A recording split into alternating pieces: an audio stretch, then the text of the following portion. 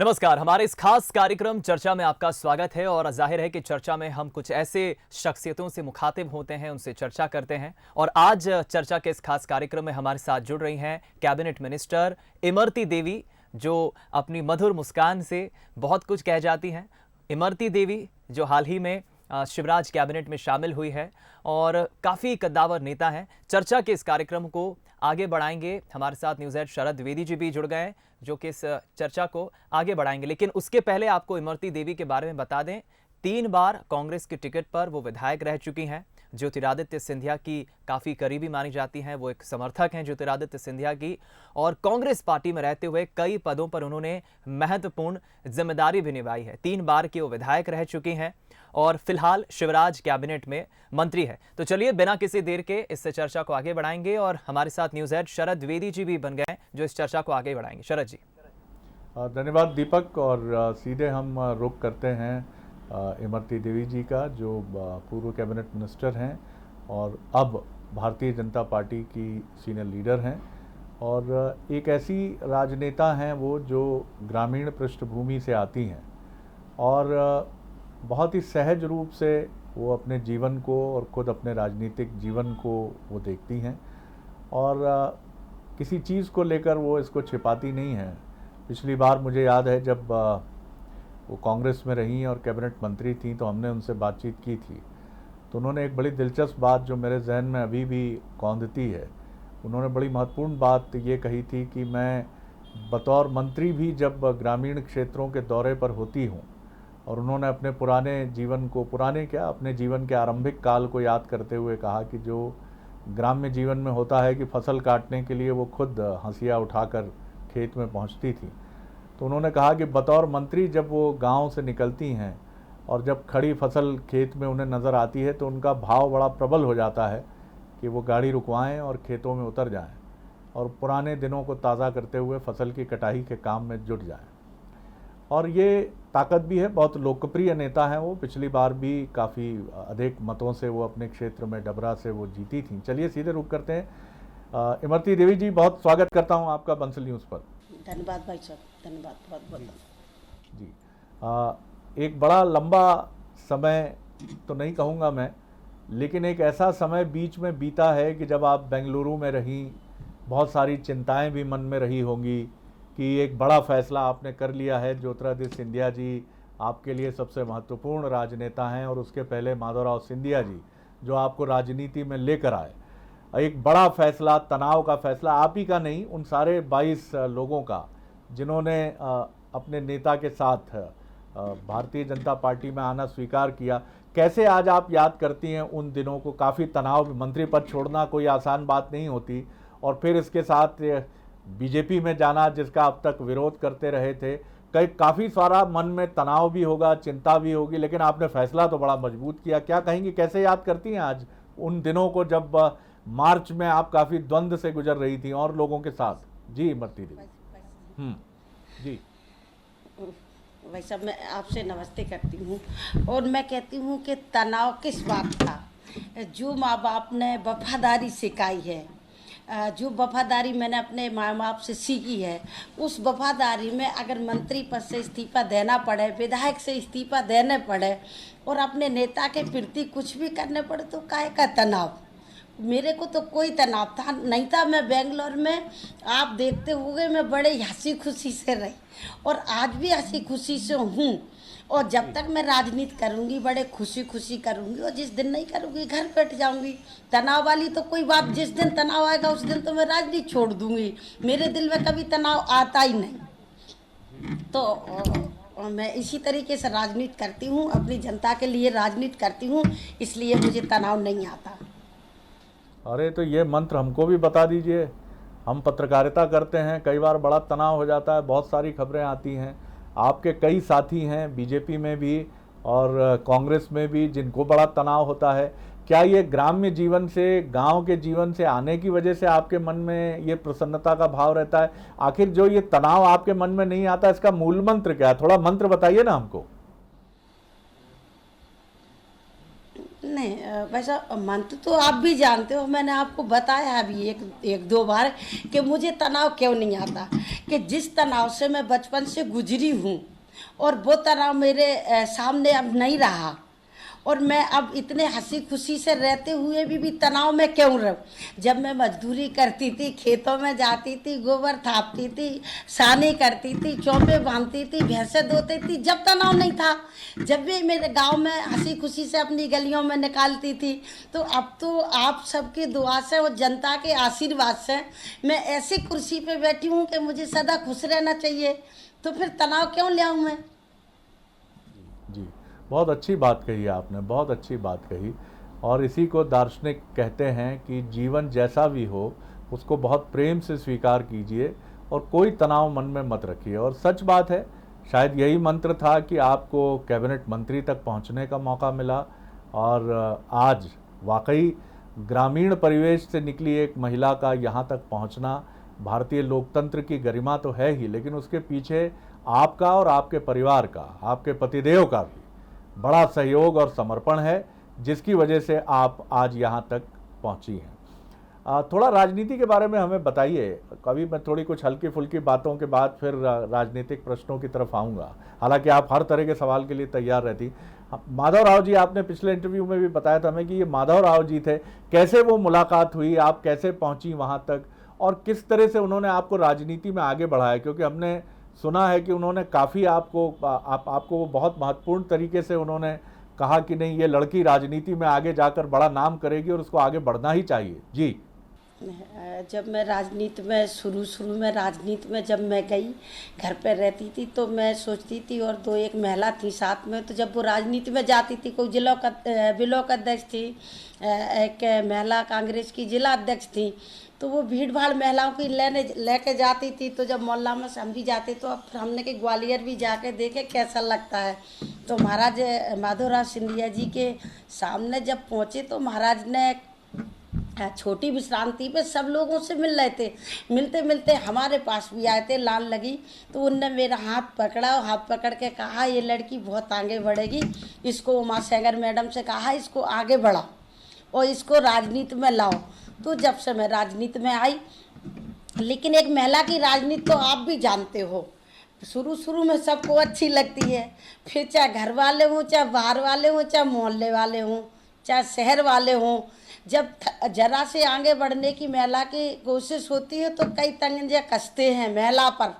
लेकिन महिला को भी अपने आगे की रास्ता देखना चाहिए, पीछे को मुड़ के नहीं देखना चाहिए कि कौन क्या कह रहा हो। अगर किसी की बातन में जो भी महिला आ गई तो वो वहीं के वहीं खड़ी रह जाएगी। मैंने खुद को देखा है कि जब सही रास्ते पे घर से निकलते हैं तो घर वाले टोकते हैं, जब मोहल्ले में आते हैं तो मोहल्ले वाले टोकते हैं, और रोड पे आते हैं तो रोड पे तो फिर आपको पता ही है महिला के पीछे कितने सारी आपत्तियां आती हैं। लेकिन उनसे गुजरते हुए, किसी को ना सुनते हुए और आज अपने रास्ते पे चले जाओ तो कोई बीच में कुछ कहने वाला नहीं जा। और जब अपने पूरे राजनीति में अपन को चाहे मंत्री बन जाओ, विधायक बन जाओ, तो फिर कई समर्थक हो जाते हैं, फिर कोई विरोध करने वाला नहीं होता। एक आध दो आदमी ऐसे होते हैं जो महिला का विरोध करते हैं, लेकिन सब समर्थन करने लगते हैं जो मेरे साथ में करते हैं।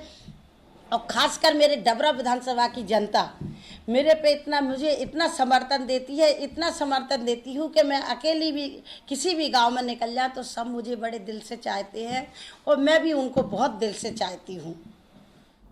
बिल्कुल आपने ठीक कहा। और विवेकानंद भी ये बात कहते हैं कि कोई भी अच्छा काम 3 स्टेजेस से गुजरता है, उपहास, विरोध और फिर स्वीकृति। लोग पहले मजाक उड़ाते हैं, फिर जब आप आगे बढ़ते ही रहते हैं तो विरोध करना शुरू करते हैं और फिर तीसरे स्टेज में आपको स्वीकार करते हैं। डबरा में आपकी चुनाव की तैयारियां कैसी चल रही हैं? क्योंकि मंत्री तो आप, मंत्री पद तो कैबिनेट मंत्री तो आप अभी भी हैं, विभाग का इंतज़ार है, और हम सब भी ये जानना चाहते हैं कि पूर्व से वर्तमान हो चुकी इमरती देवी जी को महिला बाल विकास मिलता है या इस बार किसी और विभाग की बारी है?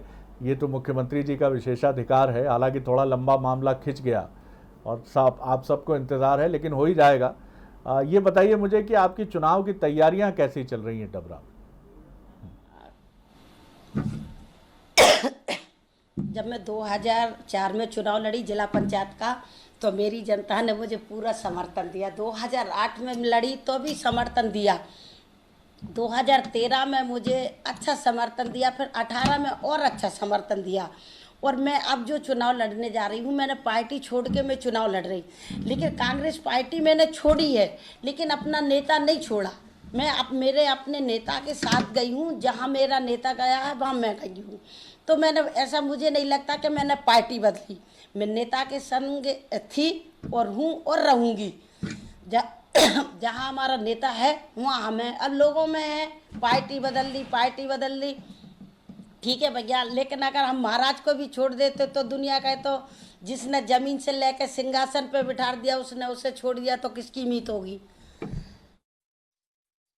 बिल्कुल, ये बात आपने ठीक कहा। और आप बिल्कुल जैसे कहते हैं कि बहुत ही पुराने समय में हम देखते थे कि जिसके साथ हैं तो हैं, खड़े हैं तो खड़े हैं। बीच में आपने ये भी कहा कि ये सिंधिया जी थे जिन्होंने शिवराज जी को मुख्यमंत्री बनवा दिया। अब वैसे तकनीकी तौर पे ये बात सही है कि सरकार बीजेपी की बनी है, तो वो इसीलिए बनी है कि सिंधिया जी और आप सब बीजेपी में आ गए, लेकिन बहुत सहज रूप से आप बातें कह जाती हैं। क्या कहेंगे इस पर आप? मैं बताऊं, ये सिंधिया जी का और मुख्यमंत्री जी का, प्रधानमंत्री जी का, नरेंद्र सिंह तोमर जी का, जिनका सारे लोगों को बैठ के जो भी चर्चा हुई उसमें मैं नहीं जाना चाहती। मुझसे तो जो सिंधिया जी ने कहा था वो मैंने करा था।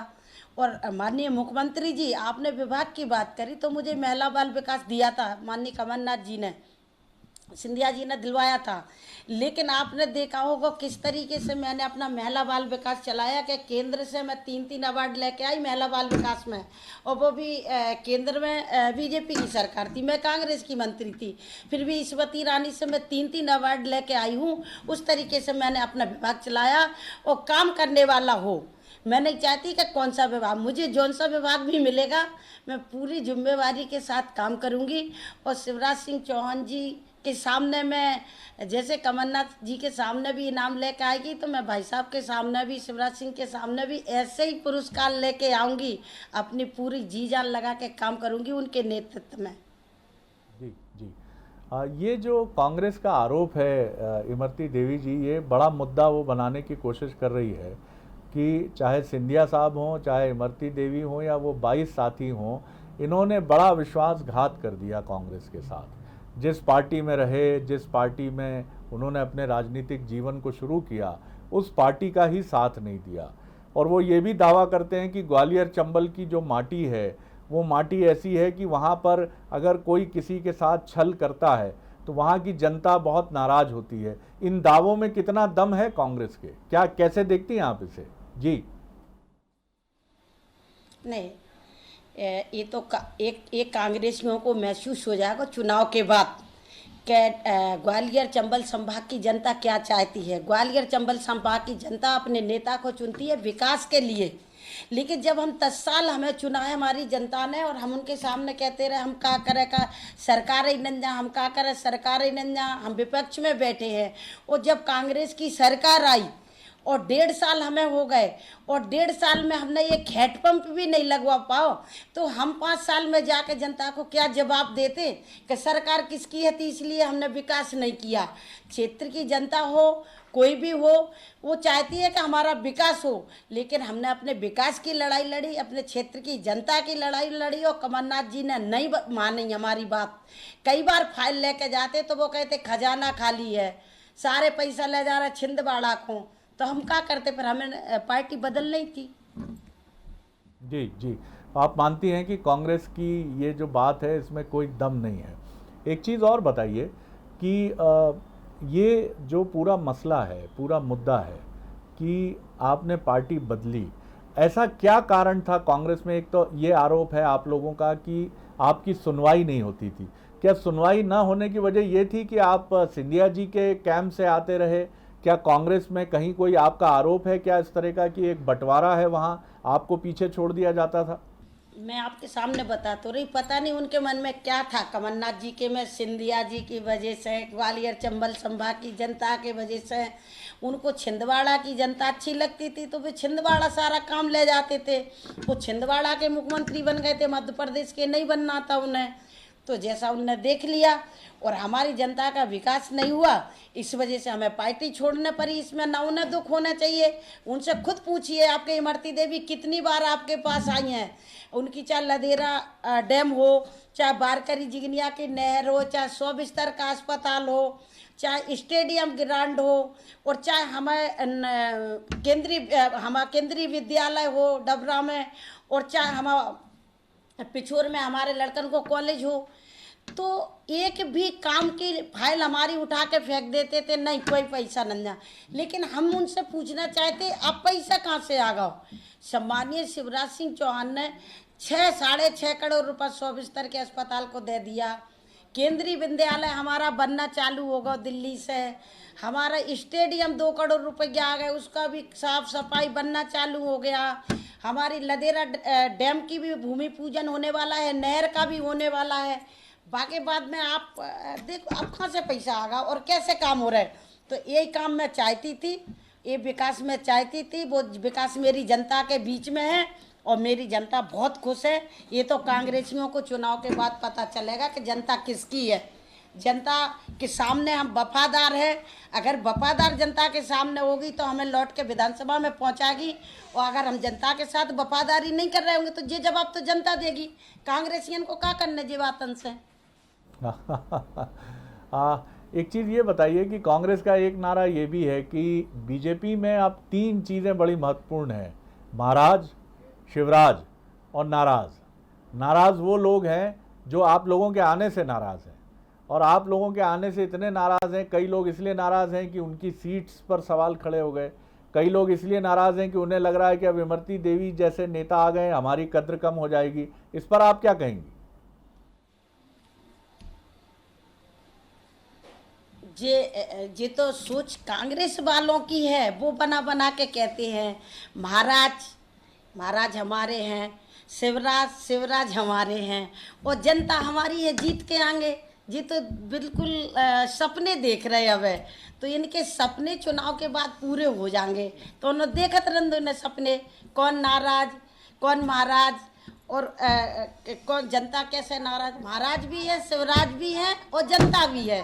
तीनों चीज़ें हमारे पास हैं। हम चुनाव लड़ेंगे और जीत के सदन में जाएंगे।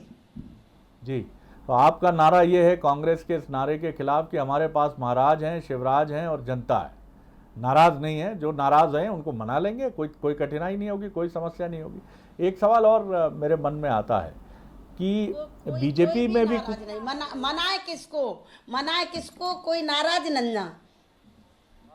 अब आपकी राजनीतिक चतुराई को भी मैं प्रणाम कर रहा हूं। मतलब मैंने देखा कि इमरती देवी जी इतनी तेजी से सीख रही हैं। आज तो आपसे चर्चा करके मुझे पूरा भरोसा हो गया कि आप कैबिनेट मिनिस्टर से भी आगे जाने वाली हैं। अब वो कहाँ जाएंगी ये तो भविष्य ही बताएगा, लेकिन आप बहुत तेजी से आगे बढ़ रही हैं। प्रणाम करता हूं आपको। जी, एक सवाल मेरे मन में और आता है। वो सवाल ये है कि अभी जो कैबिनेट पहले कैबिनेट का विस्तार होने में कुछ विलंब हो गया, फिर विभागों के बंटने में विलंब हो गया। कुछ लोग इसको ये भी कह रहे हैं कि सिंधिया जी की वजह से हो गया, जबकि आप लोग कहते हैं सिंधिया जी बहुत सरल हैं, वो इन सब चीज़ों में पड़ते ही नहीं, जो बातें होनी थी वो तो पहले हो चुकी हैं। तो सच्चाई क्या है इमरती देवी जी? क्या सिंधिया जी का नाम फिर जबरन उछालने की कोशिश हो रही है? आपने देखा है सम्मानीय हमारे बड़े भाई क्या शिवराज सिंह सिंधिया जी का नाम ले रहे, या नरेंद्र सिंह तोमर जी ले रहे, या नरोत्तम मिश्रा जी ले रहे, के ऊपर का बीजेपी का केंद्रीय नेतृत्व ले रहा। ये तो कांग्रेस वाले ले रहे। उन्हें कुछ मुद्दे ही नहीं बोलने के लिए, उन्हें जनता में जाने के लिए कुछ मुद्दे नहीं, तो वो कुछ भी कहेंगे। और आपने देखा कि आप कह रहे थे भाई साहब अब बड़ी आप तो चतुराई से बात कर लेती हो। आप भाई साहब, मैं आपको बताना चाहती हूँ कि सदन में जाना कि चाहे विधानसभा में जाए, चाहे लोकसभा में जाए, कहीं भी जाए, उनमें किसानों जैसी नीति होना चाहिए, किसानों जैसी चतुराई होना चाहिए, किसानों जैसे काम आना चाहिए। सदन में जाने के एसपी कलेक्टर तो बनने नहीं, और मेरी पढ़ाई खेतों की पढ़ाई है, इसलिए मैं जानती हूँ, तो मैं आपके सामने बोल जाती हूँ। बिल्कुल आपने सही कहा।